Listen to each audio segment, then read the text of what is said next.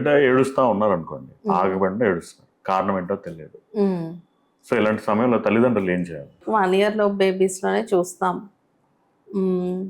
So main causes అనేవి ఏంటంటే, ఒకటి పొట్ట నొప్పి, ఇన్ఫాంటైల్ కోలిక్ అంటాం అనమాట. అంటే వాళ్ళకి సడన్గా యూజువల్గా ఈవినింగ్ టైమ్స్, ఎస్పెషల్లీ 1.5 month నుంచి 4 monthsలో బేబీస్ ఏంటంటే అప్పటి వరకు బాగానే ఉంటారు, సడన్గా ఏడుస్తారనమాట. ఇంకా ఏడుపు ఏంటంటే మనం ఏం చేసినా ఆపరు, చాలా కంగారు పడిపోతారు పేరెంట్స్.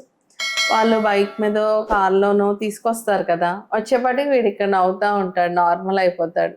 సో వాళ్ళకి అర్థం కాదు. మెయిన్ ఏంటంటే ఇది ఇన్ఫాంటైల్ కోలిక్ అంటాం అనమాట. అంటే యూజువల్గా పేగులకి సంబంధించిన ఇబ్బంది అనమాట.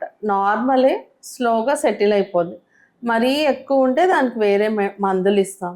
ఎలా జాగ్రత్తలు తీసుకోవాలంటే వాళ్ళని కడల్ చేయటం, సూదన్ చేయటం, లేకపోతే చుట్టి కొంచెం ఊపటం, ఉయ్యాల్లో ఊపటం, లేకపోతే ఇలా ఒక రైడ్కి తీసుకెళ్ళినా కానీ వాళ్ళు కంఫర్టబుల్ ఫీల్ అవుతారు అన్నమాట. ఏమన్నా ఇంటర్నల్ గా ఏమన్నా పెయిన్ ఎలాగ గుర్తుపట్టొచ్చు? అంటేనండి ఆ ఫేస్ లో వాళ్ళు ఏడుస్తున్న కంగారు ఒకటి ఉంటుంది పేరెంట్స్. సో ఎలా ఐడెంటిఫై చేయటం అనేది కష్టం. సో ఈ ఏజ్ గ్రూప్ బేబీస్ లో ఏంటంటే యూజువల్ గా కోలికి పెయిన్ ఉంటుంది. ఇంకొక second common cause ear pain. Ear pain వల్ల కూడా విపరీతంగా వాళ్ళకి అంటే లైక్ పెయిన్ ఎక్కువ ఉంటుంది, ఏడుస్తారనమాట. సో దీన్ని అంటే వాడికి ప్రీవియస్గా ఒక 1 week బ్యాక్ ఇప్పుడు జలుబుండి ఎక్కువగా ఏడుస్తుంటే యూజువల్గా మోస్ట్లీ వాడికి ఇయర్ పెయిన్ అయినా పాసిబిలిటీ ఉంటుంది. అలర్జీస్ విషయంలో ఎలాంటి కేర్ తీసుకోవాలి? సో యాక్చువల్గా ఈ మధ్య కాలంలో ఎక్కువగా ఉన్నాయండి అలర్జీస్ అనేది ఎక్కువ చూస్తున్నాం అనమాట. కేర్ అంటే మనకి indoor and outdoor again. So indoor pollution అంటే మనం ఫ్రీక్వెంట్గా కర్టెన్స్, మన బెడ్షీట్స్, మ్యాట్రెస్ కవర్స్ ఇవన్నీ ఫ్రీక్వెంట్గా వాష్ చేసుకోవటం, మళ్ళీ మ్యాట్రసెస్ డస్టింగ్ చేయటం అలా చేసుకోవాలి.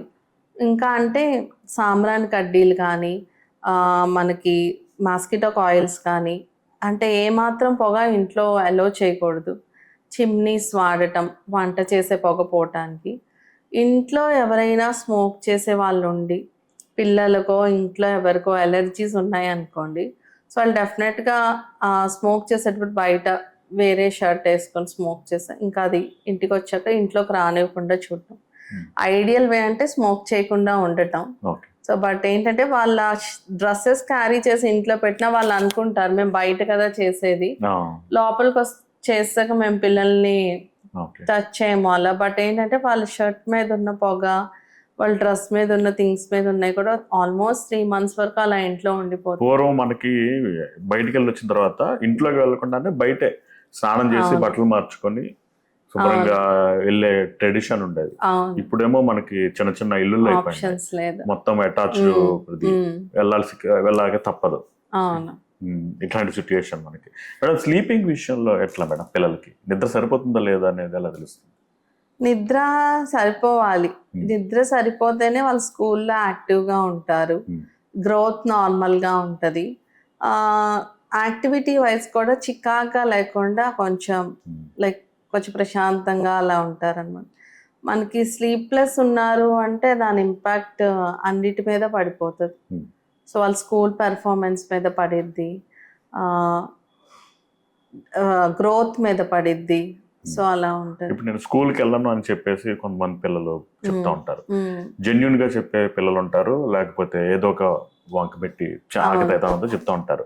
సో నిజంగా వాళ్ళకి కడుపు నొప్పి ఉంది లేదా తలనొప్పి ఉంది అనేది ఎలా గెస్ చేస్తాం మేడం మనం?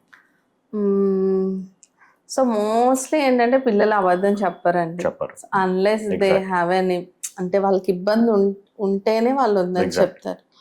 మీరు చెప్పేది ఉంది కదా, అంటే స్కూల్కి వెళ్ళకుండా ఉండడానికి ఒక పద్ధతి లాగా వాడేదంటే వాళ్ళు దాన్ని రిపీట్ చేయడానికి ట్రై చేస్తారు.